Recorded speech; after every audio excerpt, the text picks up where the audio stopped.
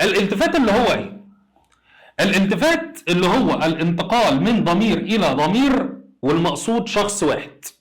كأن اتكلم على حد بضمير المخاطب وبعد كده اتكلم عليه بضمير الغائب وهكذا. وعلى فكرة مش عاوزك تتلخبط، الضمائر ممكن تكون منفصلة وممكن تكون متصلة عادي جدا، فركز في الموضوع ده كويس قوي. طيب، احسن مثال كنا بنقوله عشان نفهم الطالب الموضوع بتاع الالتفات ده هو الشعر بتاع ابن الرومي. ابن الرومي كان ليه ابن ومات بنزيف اعاذكم الله وبعد عنكم كل شر يا رب. طيب، لما الولد بتاعه ابنه مات فقال لك ايه؟ ألح عليه النثف حتى أحاله، النزيف يعني، حتى أحاله يعني حوله إلى صفرة الجادي عن حمرة الولد. وهفسر لك الأبيات بتقول ايه. ألام لما أبدي عليك من الأسى وإني لأخفي منك أضعاف ما أبدي. ركز كده، هو اتكلم على ابنه قال لك ألح عليه يعني زاد عليه، اتكلم على ابنه بإيه؟ بضمير الغائب. وبعد كده يجي يقول لك أحاله، بيتكلم على نفس الولد هو يعني حوله، اتكلم عنه بضمير الغائب إلى صفرة الجادي. صفرة الجادي دي، الجادي هي اللي كانت ظاهرة عندهم، كان لونها أصفر.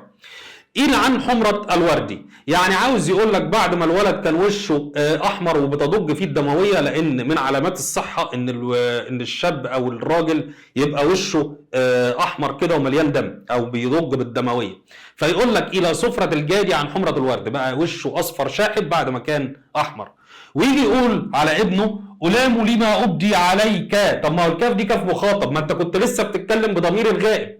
هو نفس الولد بيتكلم بضمير المخاطب عليه. وإني لأخفي منك أضعاف ما أبدي، يبقى هو انتقل من ضمير إلى ضمير والمقصود شخص واحد، انتقل من ضمير الغائب وهو بيتكلم على ابنه إلى ضمير المخاطب وهو نفس الولد. طيب، مثال آخر.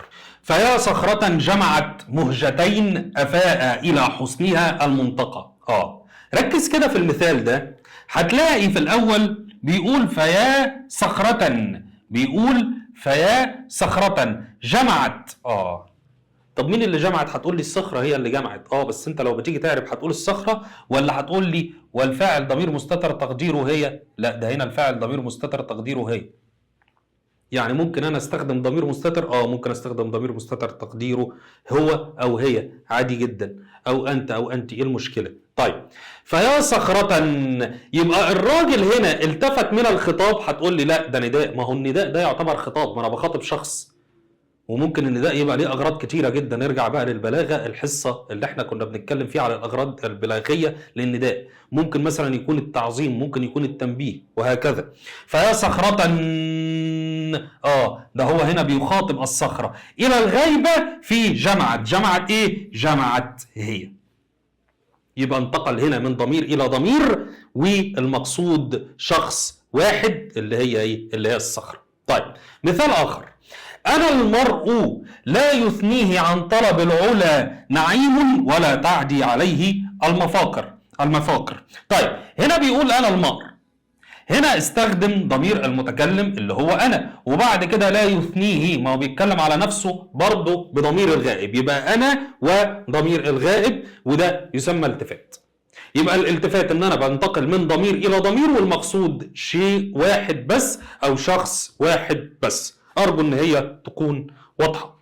اللي بعد كده طبعا سر جماله يثير الذهن ويجذب الانتباه.